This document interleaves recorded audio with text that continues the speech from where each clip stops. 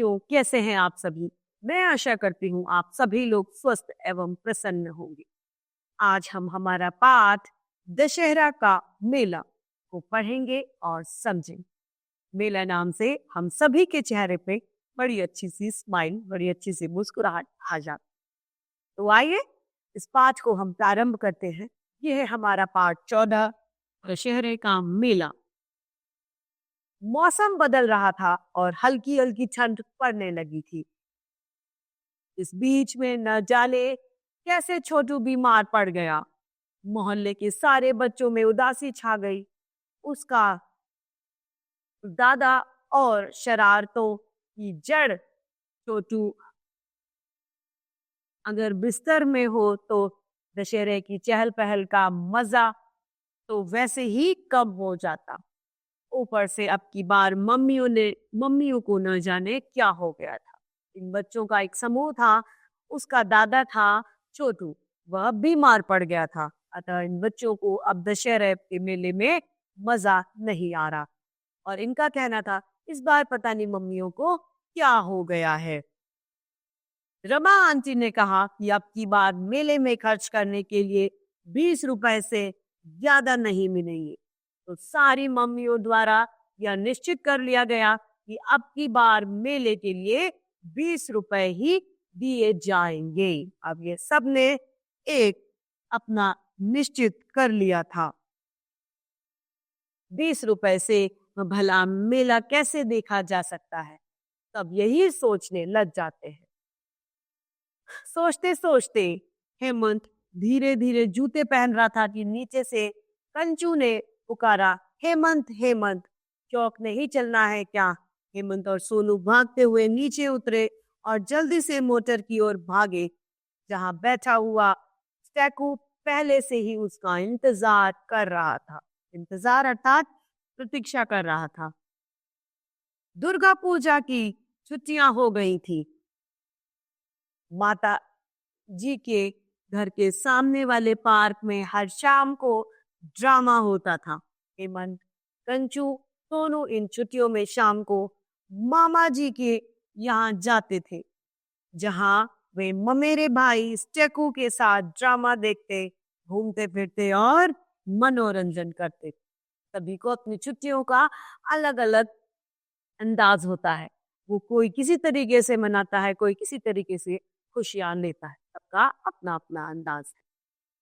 हर बार सबके नए कपड़े सिलते और घर भर में हंगामा मचा रहता था। मतलब सब बच्चे इकट्ठे होते थे तो बड़ा शोर शराबा होता था। अब की बार कंजू ने गुलाबी रंग की रेशमी फ्रॉक सिलाई थी और ऊंची एड़ी की चप्पल खरीदी थी, मतलब उसने हील्स ली थी। आशु और स्टेकू मिलकर बार बार उनकी इस अलबेली सज धज के लिए उसे चिढ़ा रहे थे। अब वो कंचू की टांग खींचने में लगे थे। उधम और शरारतों की तो कुछ बात ही मत पूछो। सारे भाई बहन इकट्ठे होते तो इतना हल्ला गुल्ला मचता कि गर्मी की छुट्टियों की रौनक कम पड़ जाती। कि वो इतना शोर करते थे कि जिसकी कोई लिमिट, जिसकी कोई हद नहीं। सभी लोग गर्मियों की छुट्टियों में इकट्ठा होकर बहुत शोर शराबा किया करते थे। इस साल भी बच्चों का वही नियम शुरू हो गया। शाम को वे लोग शहर में लगी रंगीन बत्तियों की रौनक देखते हुए चौक पर पहुंचे और घर में घुसते ही खाने की मेज पर जम गए। मतलब घर में पहुंचते ही वे लोग खाने की जो टेबल होती है अर्थात डाइनिंग टेबल पर जम गए और मामी ने खाने का जबरदस्त इंतजाम किया था, मतलब बहुत अच्छा। उन्होंने आशु की पसंद की टिक्कियां, कंचू की पसंद के आलू और स्टैकू की पसंद की गर्मा गर्म चिवड़े, मूंगफली की खुशबू घर में भरी थी। रवि के पसंद के सफेद रसगुल्ले भी मेज पर थे, तो सबको रवि की याद आ गई। इस पर इतने में ही रवि नाश्ता करने आओ, मम्मी ने जोर से आवाज दी। आया माँ। रवि की आवाज सबसे ऊपर वाले कमरे से आई। इसमें अरे ये रवि ऊपर क्या कर रहा है? कंचू ने अचरज से पूछा, मतलब उसे अचंभा हुआ कि ये ऊपर क्या कर रहा है।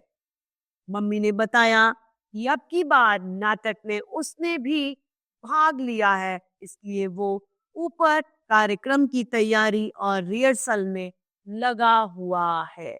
वो क्या कहता है कि वह भी इस बार नाटक का हिस्सा है, उसने इस बार नाटक में भाग लिया है, तो वह नाटक की रिहर्सल अब तक पूर्व तैयारी कर रहा होता है।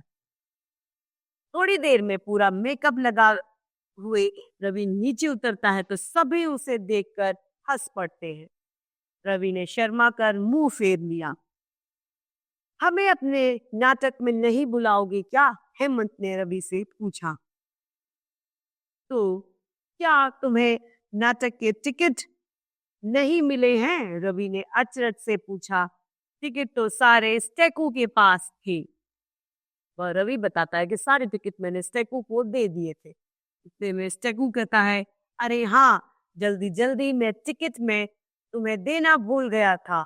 स्टेकू ने 3 टिकट निकाले और आशु, सोनू और कंजू को दे दिए। सोनू पूछता है, बिना टिकट के नाटक देखना मना है क्या?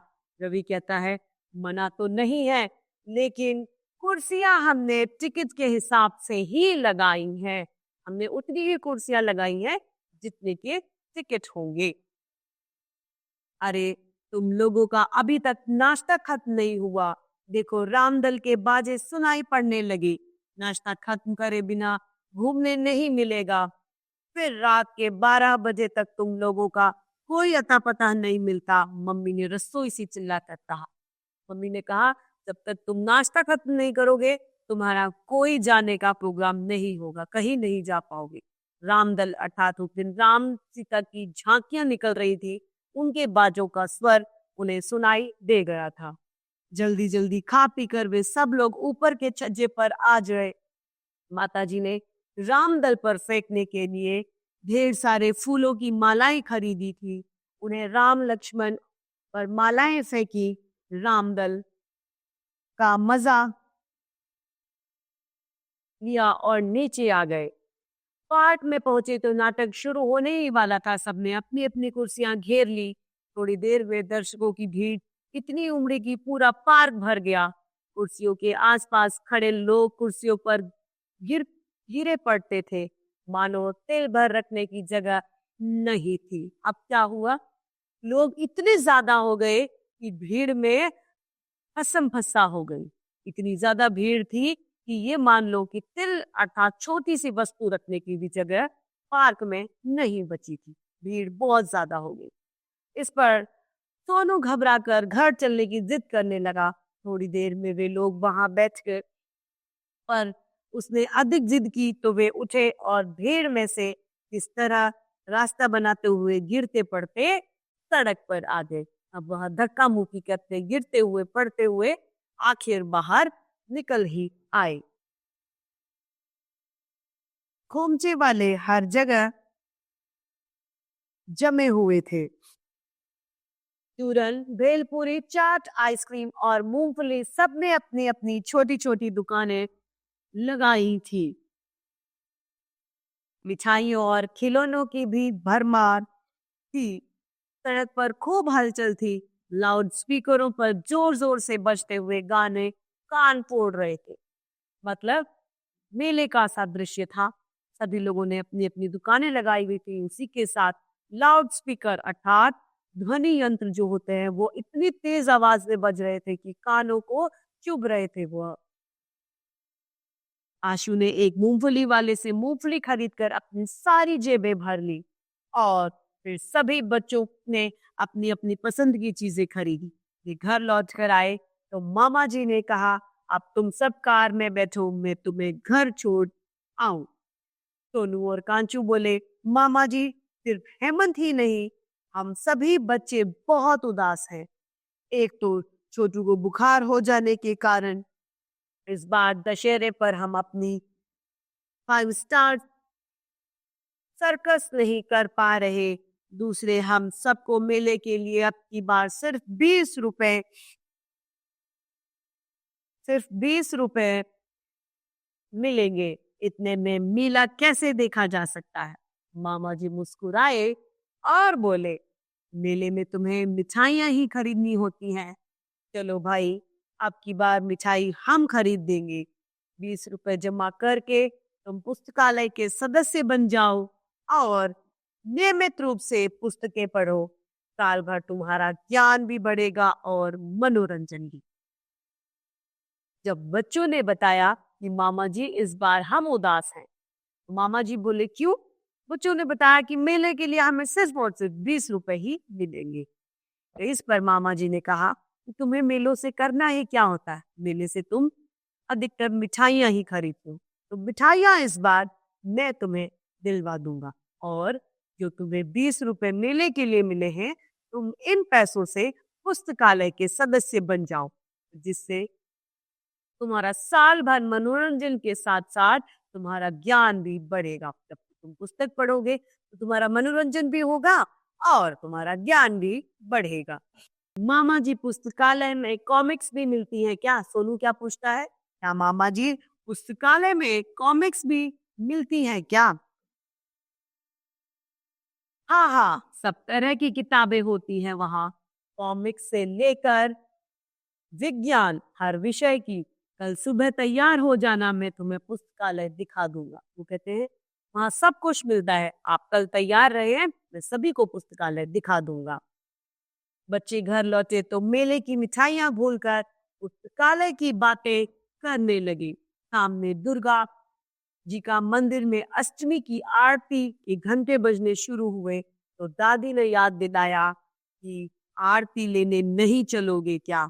यह पुकार सुन सभी बच्चे दादी जी के साथ आरती लेने चल दिए। अब बच्चे पुस्तकालय के लिए इतने खुश थे कि वह मिठाई की बातें भूल गए और पुस्तकों की बातें करने लग जाते। तो इस तरीके से हमारा ये पाठ दशहरे का मेला समाप्त होता है। अब हम इस पाठ के शब्दार्थ और अभ्यास कार्य को करते हैं। शब्दार्थ में पहला है शरारती अर्थात शैतान, इंतजार मतलब प्रतीक्षा, छुट्टियां अवकाश, मनोरंजन मन बहलाव, हंगामा मतलब हू हल्लड़, जबरदस्त मतलब बहुत अच्छा, गर्मा गर्म मतलब गरम, कार्यक्रम मतलब उत्सव, रिहर्सल मतलब पूर्व तैयारी, लाउड स्पीकर मतलब ध्वनि वर्धक यंत्र, नियमित मतलब दैनिक या लगातार, पुस्तकालय मतलब किताब घर, अष्टमी अर्थात आठवीं और शुरू अर्थात प्रारंभ। अब है अभ्यास कार्य, बातचीत के लिए, जिसमें है बताओ क्या पढ़ा, क कौन बीमार पड़ गया था, छोटू बीमार पड़ गया था, हाँ, बच्चों की छुट्टियां क्यों पड़ी थी? बच्चों की छुट्टियां दुर्गा पूजा की वजह से पड़ी थी। ग मामी जी ने खाने में क्या बनाया? मामी जी ने खाने में आशू के पसंद की टिक्कियां, कंचू के पसंद के आलू और स्टेकू की पसंद की गर्मा गर्म चिवड़े मूंगफली वाले और रवि के पसंद के रसगुल्ले बनाए थे। घ सभी बच्चे उदास क्यों थे? सभी बच्चे मेले के लिए मात्र 20 रुपए मिलने पर उदास थे। अब है लिखने के लिए में प्रथम प्रश्न, रिक्त स्थान भरो। क मौसम बदल रहा था और रिक्त स्थान ठंड पड़ने लगी थी, हल्की हल्की।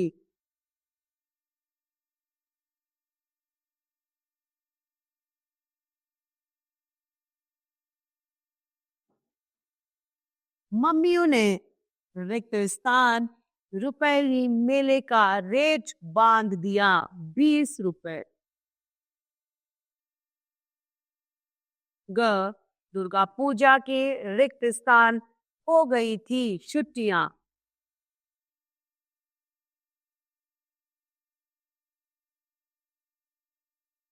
घ 20 रुपए जमा करके तो रिक्त स्थान के सदस्य बन जाओ, पुस्तकालय।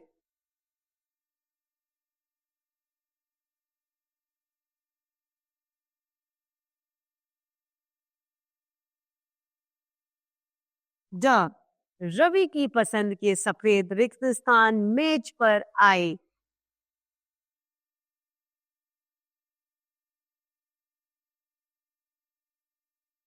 ख, सही कथन के सामने सही और गलत के सामने हमें गलत का चिन्ह लगाना है।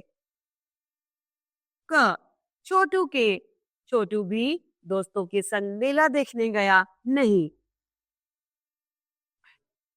ख, मेले में जाने के लिए 30 रुपए मिले नहीं। ग, रवि ने नाटक में भाग लिया था, जी हाँ। घ, स्टेकू ने गिनकर 3 टिकट निकाले, जी हाँ। द, सारे बच्चे दीदी दादी के साथ आरती लेने चले गए, जी हाँ। प्रश्न तीसरा है, किसने किससे कहा? क, रवि और रवि नाश्ता कर आओ। तो किसने कहा? या मामी ने या माँ ने रवि से कहा?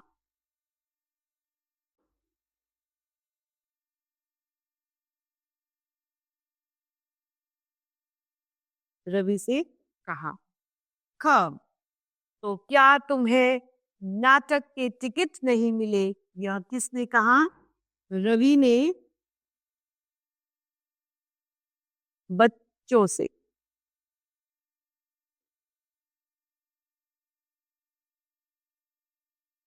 ग, अब तुम सब कार में बैठो, मैं तुम्हें घर छोड़ आऊं। यह मामा ने बच्चों से कहा।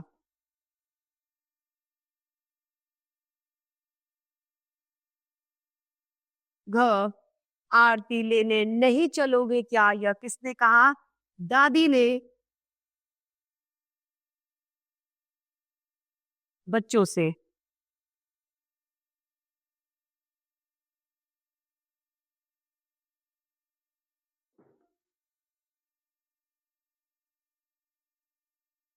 प्रश्न चौथा, निम्नलिखित प्रश्नों के उत्तर दीजिए।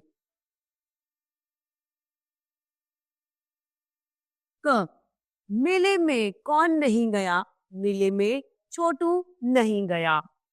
ख, सब बच्चों को मेले के लिए कितने कितने रुपए मिले? सब बच्चों को मेले के लिए 20-20 रुपए मिले। ग, मामा जी के सामने वाले पार्क में क्या होता था और उन्हें मेले में क्या देखने को मिलता था? मामा जी के सामने वाले पार्क में ड्रामा होता था और उन्हें ड्रामा देखने और मनोरंजन के लिए पार्क में जाना होता था। घ, कंचू ने क्या खरीदा था? कंचू ने गुलाबी रंग की फ्रॉक खरीदी थी और उसके साथ ऊंची एड़ी की चप्पल भी ली थी। ड, मेले में किस किस की दुकानें और क्या क्या देखने को मिला? मेले में चूरन, भेलपूरी, चाट, आइसक्रीम और मूंगफली की दुकानें देखने को मिली थी।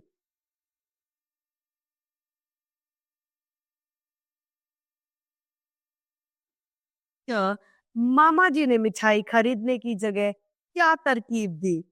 मामा जी ने मिठाई खरीदने की जगह तरकीब यह दी कि मिठाई मैं तुम्हें दिला दूंगा, उसके बदले जो तुम्हें 20 रुपए मिले हैं तुम मिले हैं, तुम उससे लिए उससे तुम पुस्तकालय के सदस्य बन जाना, जिससे तुम्हारा मनोरंजन होगा और साल भर ज्ञान भी बढ़ेगा।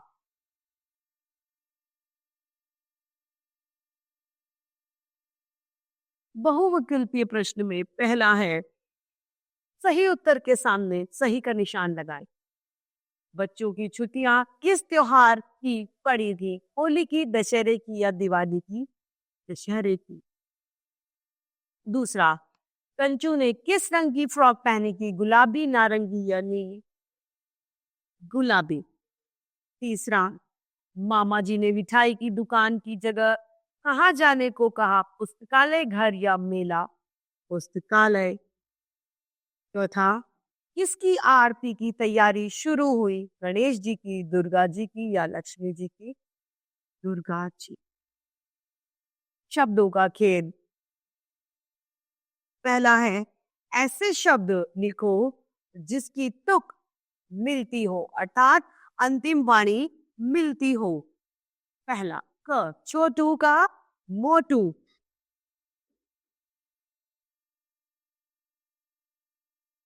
पूजा का दूजा। इन सभी की जो बाद वाली स्वर है, बाद वाली जो ध्वनि है, वो समान होनी चाहिए। खुशबू का बदबू।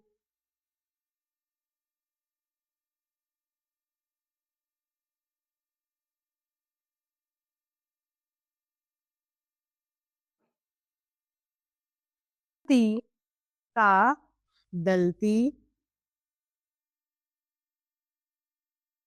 चांद का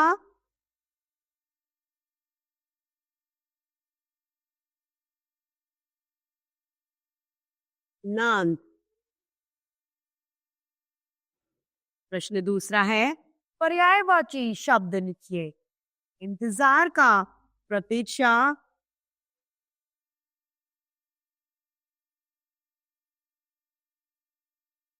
मोटा का स्थूल।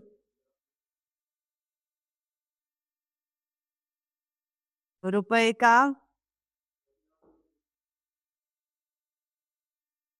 टका। मनोरंजन का शाम का संध्या।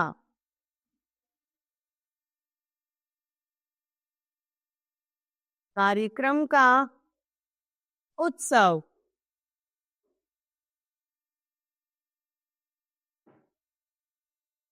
मनोरंजन का बहलाव।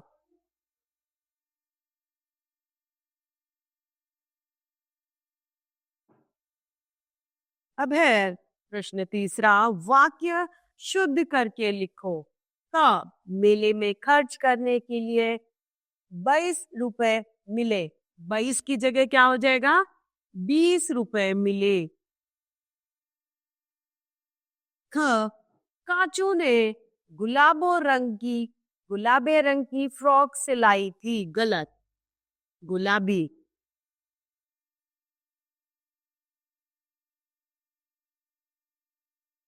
ग रवि की पसंद के सफदा रसगुल्ले मेज पर आए। सफदा की जगह क्या होगा? सफेद। घ मंदिर में अष्टमी की आरती के डंडे बजने शुरू हुए। डंडे की जगह घंटे। ज तभी बच्चा दादी के साथ भारती देखने गए। सभी बच्चे।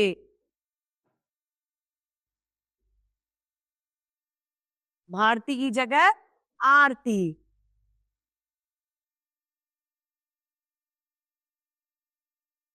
प्रश्न चौथा, दशहरा के मेले में आप क्या क्या करते हैं? 5 पंक्ति लिखिए।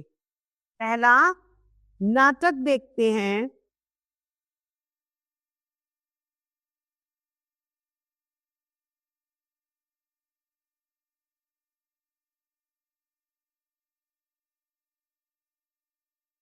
झूले झूलते हैं।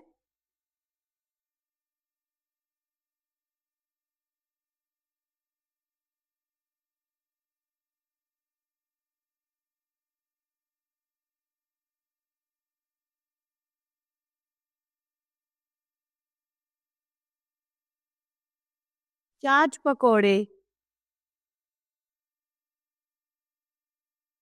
खाते हैं।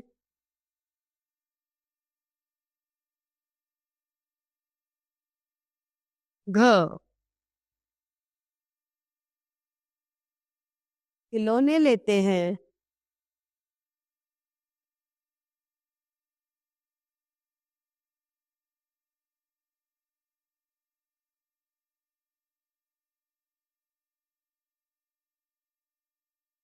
ज मित्रों के साथ।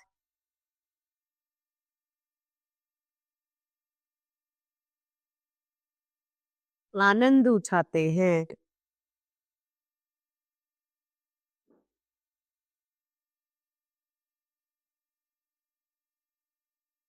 इसका आनंद उठाते हैं, मेले का आनंद हम उठाते हैं। प्रश्न 5वां है, निम्नलिखित शब्दों के विलोम शब्द लिखिए अर्थात उल्टा अर्थ देने वाले। कब? राजा का प्रजा, या राजा का रंक,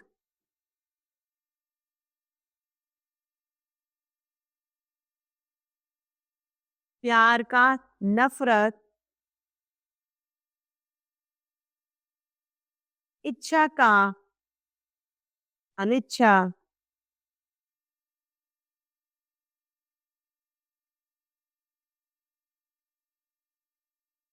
पुत्र का पुत्री, अन्याय का न्याय, चतुराई का भोलापन।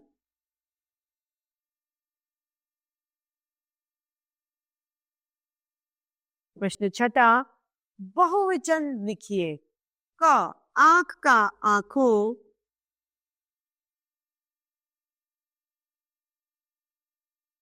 ग, बधाई का बधाइयों,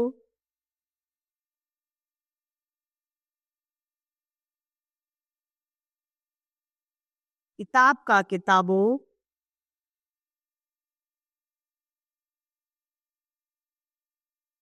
फैसला का फैसलों,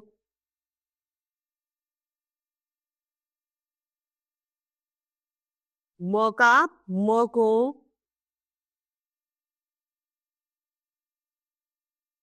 मेज मेजों। निम्नलिखित मुहावरों का अर्थ लिखकर उन्हें वाक्य में प्रयोग कीजिए। क, आग बबूला होना अर्थात क्रोधित होना।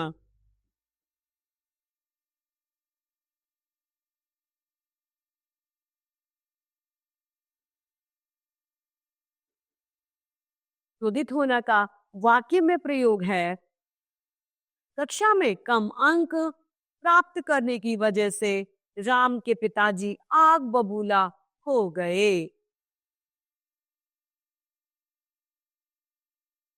ख, आपा खोना अर्थात नियंत्रण खोना।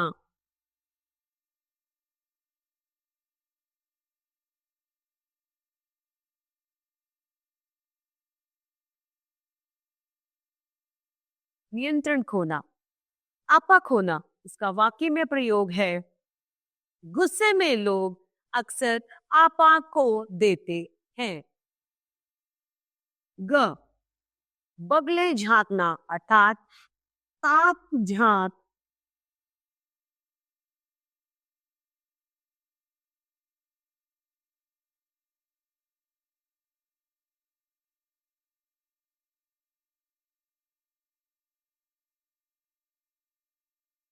शाम की माता जी बता रही थी कि उसकी आदत ताक झांक करने की है, या उसकी आदत बगले झांकने की है।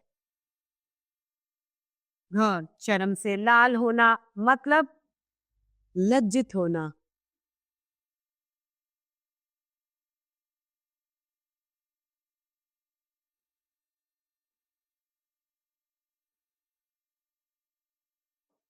अपनी गलती का पता चलने पर सीता शर्म से लाल हो गई। इस तरीके से हमारा ये पाठ समाप्त होता है। मैं आशा करती हूँ आप सभी लोगों को यह दशहरा का मेला पाठ भली भांति रूप से समझ में आया होगा। तो आज के लिए इतना ही, हम फिर मिलते हैं।